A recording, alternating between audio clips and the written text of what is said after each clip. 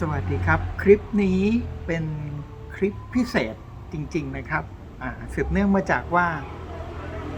ตอนที่เราทำด้ามใหม่ๆตอนที่เราฝึกทำเนี่ยเราไม่มีหัวทั้งหัวขวานและหัวค้อนมีพี่ท่านหนึ่งชื่อหน่อยนะครับว่าชื่อพี่ต้อมอยู่เพชรบุรีเนี่ยแล้วพี่คนนี้ก็เห็นเราทำแล้วเขาส่งหัวค้อนตาระฆังซึ่งสมัยนั้นก็แพงมากสมัยนี้ก็ยิ่งแพงมากเอามาให้เราทำส่งมาแบบฟรีๆแล้วเราก็ไม่รู้จะตอบแทนพี่ยังไงว่าพี่เป็นส่วนหนึ่งที่ทำให้เรามาถึงวันนี้ที่ทำให้เราได้เกิดการพัฒนาได้เกิดการ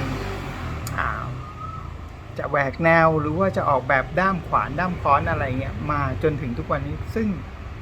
นับว่าพี่มีพระคุณอย่างมากวันนั้นผมก็เลยบอกว่าพี่ผมอยากทำด้ามขวานให้พี่เป็นการตอบแทนแล้วพี่ก็ไม่ส่งมาผมรอมาประมาณสักเกือบ3 ปีนะครับนับแต่วันนั้นคือรอว่าเมื่อไหร่พี่จะส่ง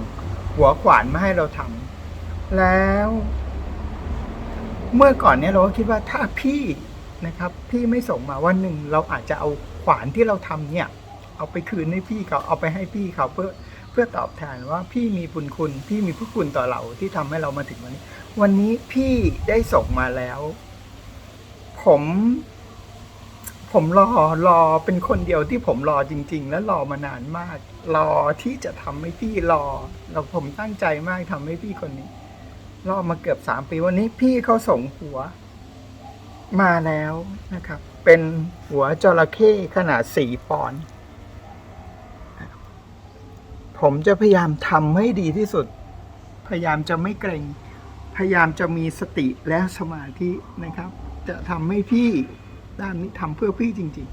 ๆพี่ต้อมรอรับเลยนะครับพี่ต้อมเพชรบุรี